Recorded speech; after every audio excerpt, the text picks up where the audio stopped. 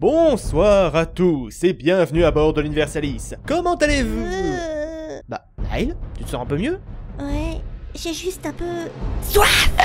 Oh là là là là là là! Alerte vampirisme! Yegor, confiné dans sa chambre! Aucune chance! Je suis la reine des ténèbres! Personne ne surpasse ma volonté! Ah si, ton médecin traitant. Bon, et bah maintenant on sait pourquoi elle était malade depuis tout ce temps. Tu crois que ça a un rapport avec... Avec le fait que tu aies lâché un essaim de chauve-souris vampire dans le vaisseau qui l'ont mordu? Non, pourquoi ça aurait un rapport? On peut la soigner au moins. Évidemment qu'on peut la soigner. T'iras jeter un œil aux archives sur les vampires. Je pense que j'ai une liste de remèdes potentiels. Et je vais mettre le lien de la vidéo des buveurs de sang dans la description. Comme ça, les spectateurs pourront se rafraîchir la mémoire. Oui, enfin, c'est pas grave. C'est pas comme s'il y avait des humains qui pouvaient vider de leur sang et contaminer à bord du vaisseau. Bah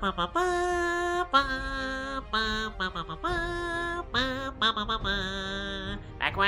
Pourquoi vous me regardez comme ça? Yegor, mets-moi cet abruti fanatique sous très haute surveillance. Quoi? Bah, je croyais que Nile était enfermé. Alors, on peut prendre le risque quand il n'y a pas de victime potentielle, mais j'ai pas envie de me retrouver avec une deuxième sangsue sur le dos. Moi, en attendant, j'ai un épisode à réaliser. Alors maintenant... Au boulot et que ça saute!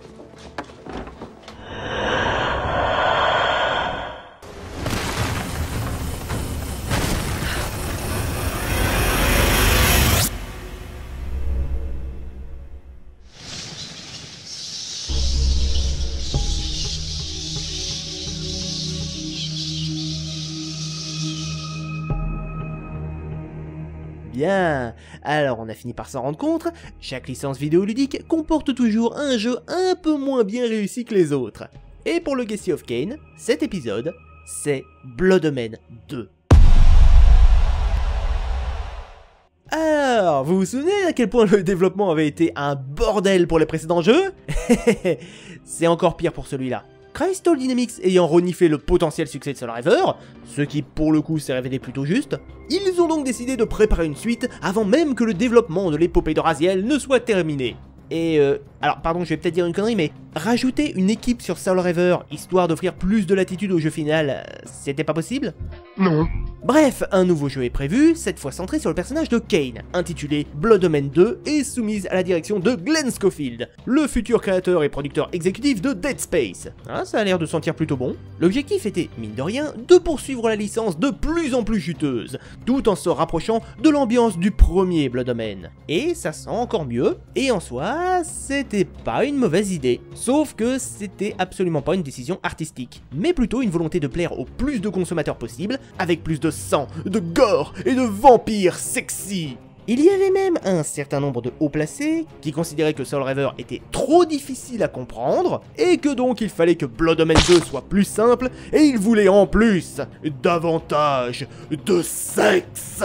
Comment vous pouvez ne rien piger à votre propre licence à ce point? Certes, c'est de la dark fantasy, donc pas un truc à mettre entre toutes les mains, mais la sexualité n'y a jamais été abordée. Bordel, de toute la série, il n'y a que deux persos dont on est sûr qu'ils aient déjà eu des relations sexuelles ensemble. Ariel et Nupraptor. Arrêtez de vomir s'il vous plaît. Mais si ça se trouve, Kain est gay. Quant à Raziel, vu qu'il était une sorte de moine guerrier de son vivant, il est peut-être toujours puceau. Le Legacy of Kain est à peu près aussi chaste sur la sexualité que Star Wars. Comment vous avez pu ne pas vous en rendre compte? Parce que ouais, c'est ça aussi qui va bien foutre la merde. L'équipe de développement de Blood Omen 2 avait l'intention de créer son propre scénario et qui allait lui-même engendrer ses propres suites. Et quand Amy Hennig a débarqué histoire de dire Dites les gars, vous faites votre propre sauce, ok hein, mais vous respectez quand même la continuité avec Soul Reaver, hein? C'est histoire qu'il n'y ait pas d'incohérence. Ce à quoi on lui a plus ou moins répondu. Et voilà le principal problème. L'équipe de Blood Omen 2 a refusé de collaborer avec celle de Soul Reaver. Ils tenaient tellement à faire le truc à leur manière qu'ils en avaient plus rien à branler du jeu de Raziel. Et franchement, il y a des idées dont on se demande s'ils ont bien fait de les avoir. Tenez, par exemple, Steven A. Ross, le principal artiste et co-scénariste du projet, a affirmé avoir mis en œuvre un univers inspiré de H.R. Giger dans le jeu. Alors, depuis quand t'as pas vu du Giger au juste? Pour ceux qui ne le connaissent pas, Hans Ruedi Giger est un artiste suisse dont l'univers est à la lisière entre l'horreur, le surréaliste, le gore, le mécanique et la sexualité. Si jamais vous vous demandez d'où vient le design aussi phallique que marquant du xénomorphe dans Alien, eh bah on le doit à ce mec. Et sérieusement, si vous voyez une référence à son art dans l'environnement de Blood Omen 2, je veux bien que vous me disiez où. Parce que si vous avez voulu lui rendre hommage en mettant des gonzesses en bikini et du steampunk, alors vous n'avez rien pigé à Giger. Et pourtant je suis pas un grand fan. Bref, je vais m'arrêter là pour le développement, je vais avoir suffisamment de raisons de gueuler par la suite, donc autant m'économiser la voix. Le jeu sortira finalement le 29 mars 2002 sur GameCube, PlayStation 2, Xbox et PC. T'es sûr qu'il n'y a pas d'erreur? Non, pourquoi? Bah, Blood Omen 2 est sorti en 2002, ok. Mais Soul Reaver 2, lui, il est sorti en 2001. T'avais pas dit que t'analysais les jeux dans l'ordre de leur sortie? En effet, mais là c'est un cas particulier. Car le développement de Blood Omen 2 a commencé avant celui de Soul Reaver 2. Sauf qu'il a pris du retard, là où au contraire la suite des aventures de Raziel a pu sortir plus tôt que prévu. Et réparer 2-3 trucs, mais ça j'y reviendrai après. L'histoire de Blood Omen 2 se déroule donc à peu près 400 ans après les événements de Blood Omen, soit environ 1600 ans avant Soul Reaver. Encore une fois, on se baladera aux côtés de Kane, qui possède une allure beaucoup moins reptilienne qu'avant, pour déambuler dans Nosgoth, et principalement dans la ville de Meridian, qui se révèle être la capitale de Nosgoth. Ouais, alors, vu que rien que dans le premier jeu, t'avais minimum 2 rois différents, j'ai du mal à penser que l'endroit puisse avoir une capitale, mais bon, pourquoi pas. Passons maintenant à l'aspect technique. Bon alors pour ce qui est des graphismes, ça va. Le jeu est sorti en 2002, soit la même année que Morrowind, Vice City, Hitman 2, Medal of Honor ou Mafia 1. Donc techniquement, il reste dans la norme, que ce soit niveau modélisation ou animation. Bon par contre on peut regretter que les persos soient un peu raides et que Kane soit beaucoup moins fluide que Raziel. Par contre, pour ce qui est de l'optimisation, oui, on a du lag, notamment quand on arrive à proximité des checkpoints ou dans certaines cinématiques. Mais bon, ça encore ça passe. Par contre, c'est un peu plus gênant quand on voit les bugs. Du genre une partie de la map qui se charge pas au point que Siran vous fait sauter dans le vide, l'animation d'un ennemi qui se bloque, les bugs sonores avec les cris d'agonie qui se répètent en boucle.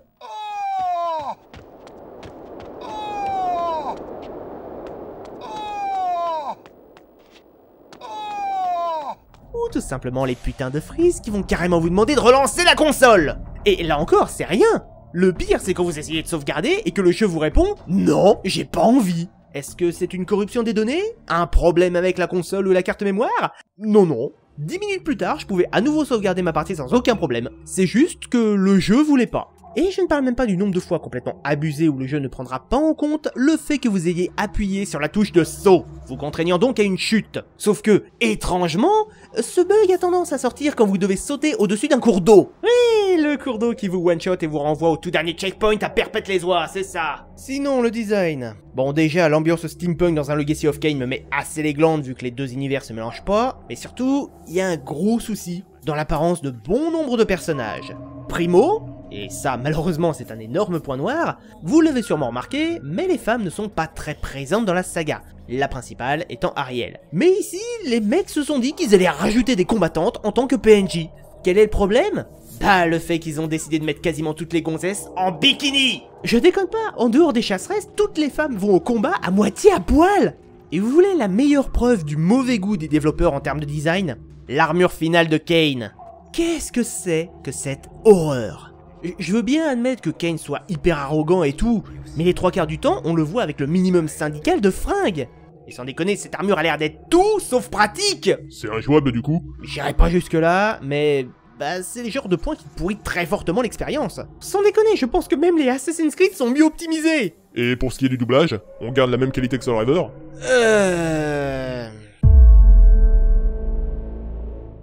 Eh ben, c'est assez paradoxal en fait, car on a toujours de grands comédiens dans les rôles titres, à savoir Benoît Alman qui incarne toujours le personnage de Kane. Émergeant lentement des limbes de rêves épars, je m'éveillais jeté sur la rive d'une terrible réalité par les immenses vagues de douleur qui fluaient et refluaient, abandonné à la souffrance fulgurante de l'éveil et à l'écœurement de la vie. Et Jean Barnet, qui se retrouve ici à animer les personnages de Vorador et de Yann Sodron.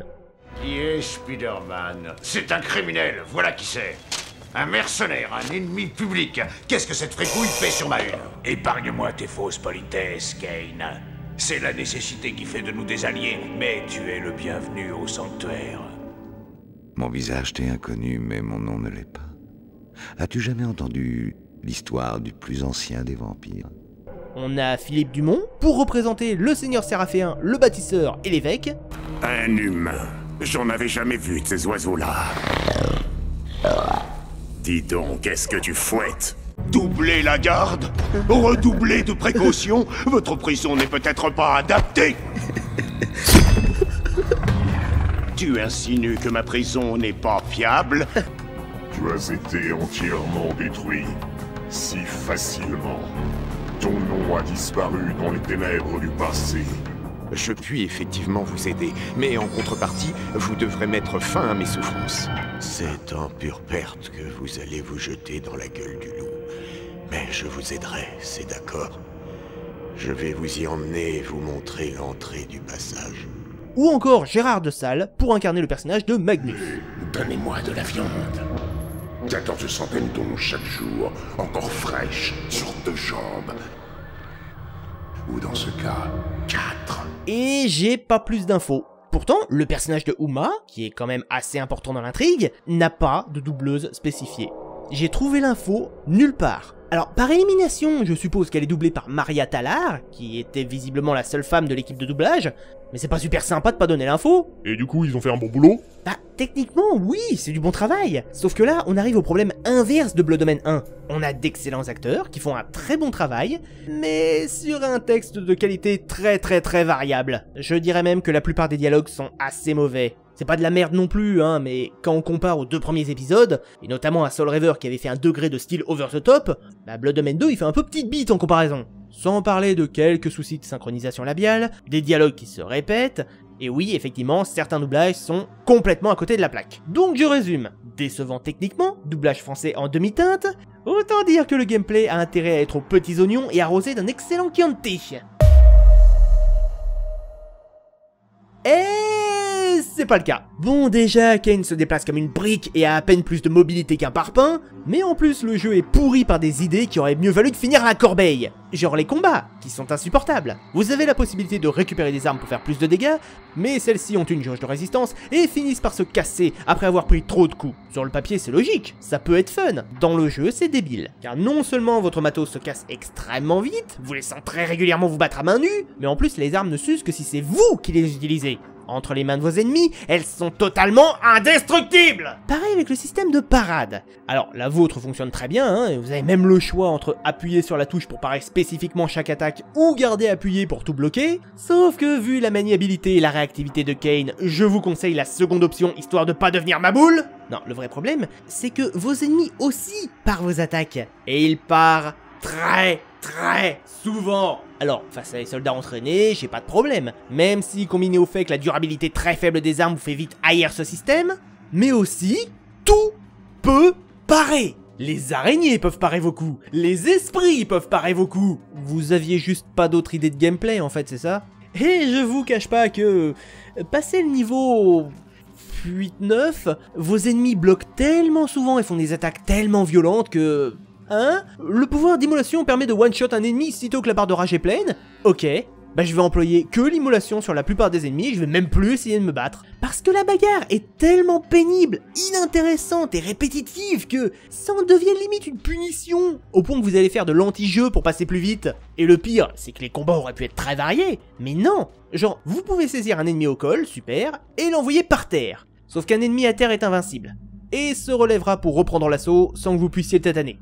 Le seul moment où il est possible d'achever un ennemi au sol, c'est quand il est déjà en train de crever. Pas super utile donc. Et tu peux pas juste esquiver les assauts?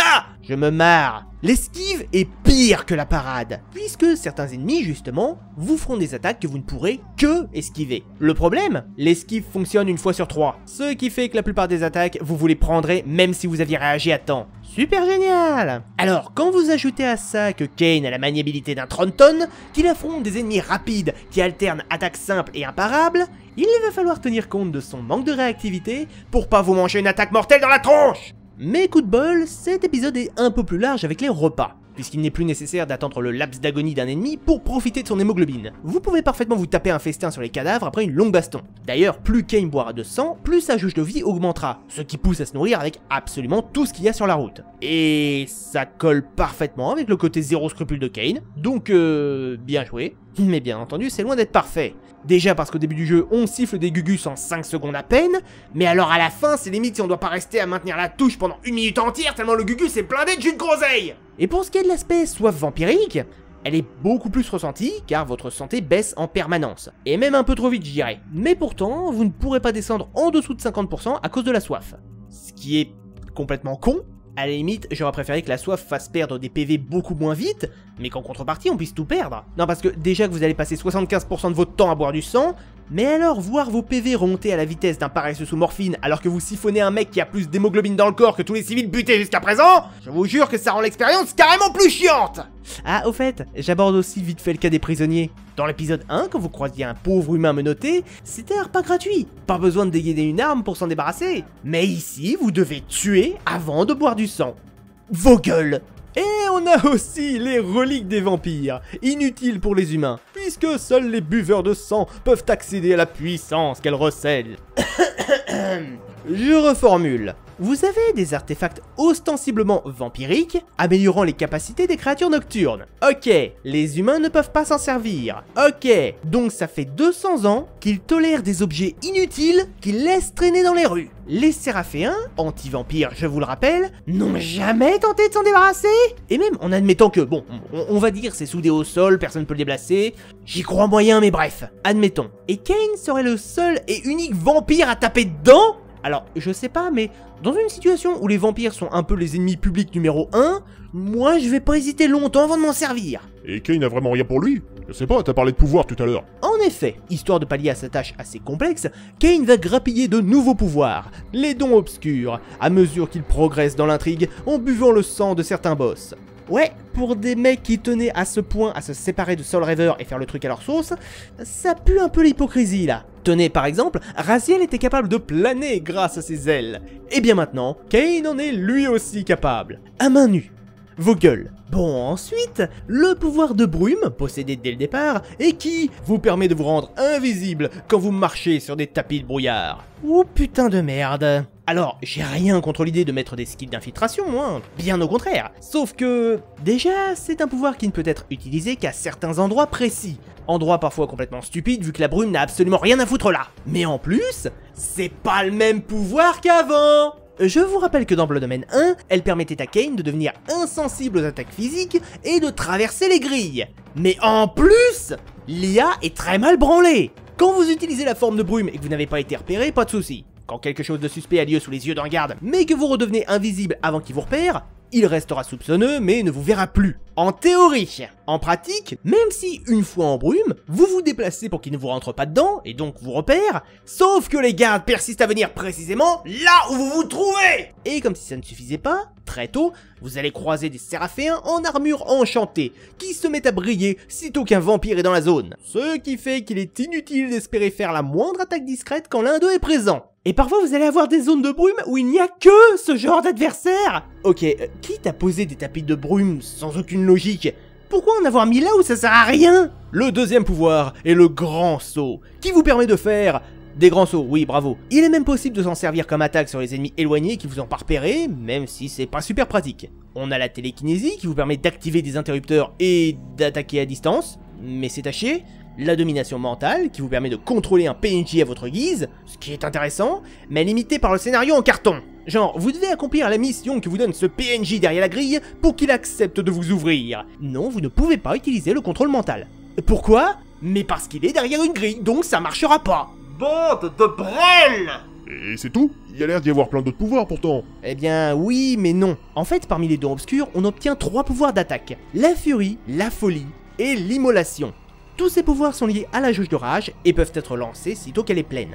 C'est bon, vous voyez le problème? Exactement. Sitôt qu'on a débloqué le pouvoir d'attaque supérieur, on n'a plus aucune raison de recourir à celui d'avant. Bon ok, Kane n'est pas super bien géré, mais le reste du jeu, il est comment? Bah si on prend certains points comme les énigmes... Oui. Elles sont d'une simplicité à s'en crever les yeux dans l'espoir de relever un peu le challenge. Les combats de boss, peut-être. Oh, m'en parle pas. Là où Soul Reaver nous offrait des duels vraiment intéressants, ici c'est juste complètement atroce. Les boss sont pas durs, ils sont chiants. En fait, c'est un peu un style à la Dark Souls, avec des boss aux jauges de vie 15 fois plus grandes que la vôtre. Un combat divisé en plusieurs séquences, occasionnant un changement de stratégie de l'adversaire à mesure qu'il perd de la vie. Là encore, en théorie, c'est une très bonne idée. Sauf que, je vous le rappelle, Kain n'est pas le perso le plus maniable de tous les temps. Et c'est ce point qui va régulièrement vous foutre dans la merde et causer votre mort. Le pire, c'est le combat contre Sébastien, un ennemi extrêmement rapide qui a l'air totalement fumé à vaincre. Et en fait, il y a une méthode infaillible pour l'avoir. La chope. Et vous allez me dire, bah, fallait y penser, quoi. Non. Primo, dans 99% des jeux où vous possédez une chope, celle-ci ne fonctionne jamais contre les boss. Donc c'est pas logique de chercher à l'utiliser. Secondo, il est montré comme un ennemi extrêmement rapide au point de pouvoir courir sur les murs. Donc en théorie, il sera de toute façon trop rapide pour que je puisse le choper. Et ajoutez à ça que les checkpoints sont pas très bien dispersés. Le jeu est pas dur, hein, c'est surtout le manque d'agilité de Kain qui va causer la plupart de vos morts, ce qui vous renverra une certaine distance en arrière. Sauf que du coup, vous allez devoir vous retaper tout ce que vous aviez fait jusqu'à présent, réactiver les glyphes, les leviers, ce genre de choses, et vous retaper les cinématiques qui sont impassables. Du coup, Blood Omen 2, c'est un jeu de merde en somme. J'ai envie de le dire, mais je peux pas aller jusque là. Niveau graphisme et chara-design, sans parler de l'optimisation, le jeu a pas été confié à des pros, ou alors à des pros qui avaient pas très envie de peaufiner le bousin, et la lourdeur du gameplay ainsi que la mollesse des combats omniprésents rend le tout vraiment pas agréable. Et pourtant, il y a quand même de bonnes idées, comme le fait de se nourrir à tire-larigot pour amplifier sa puissance, ou même les combats de boss. À dire vrai, si on avait fluidifié le gameplay, un peu amélioré les graphismes et mieux optimisé les jeux, je pense sincèrement qu'il aurait pas eu à rougir de la comparaison avec le reste de la saga. Mais tel n'étant pas le cas, il ne mérite donc que 9 sur 20. J'aurais pu me montrer gentil et monter jusqu'à 12, hein, en le voyant comme le petit développeur qui a tenté des trucs mais qui n'a pas réussi. Sauf que maintenant que je connais les coulisses de son développement, j'ai juste envie de dire, mec, si t'avais collaboré avec les autres, ça te serait sûrement pas revenu dans la gueule de cette façon. Bref, fini pour le gameplay. Il est désormais temps de s'attaquer au scénario de Blood Omen 2. Le lien pour la vidéo est comme d'habitude dans la description, et évidemment si vous ne voulez pas vous faire spoiler, je vous invite à me retrouver pour le prochain épisode de la série, à savoir Soul Reaver 2. Sur ce, je vous souhaite une excellente soirée, et à bientôt à bord de... Doc, je crois que... Laisse-moi deviner, Niles s'est échappé de sa cabine. Bon, mes chers spectateurs, je vous laisse, j'ai une chasse aux vampires à mener. Ciao tout le monde.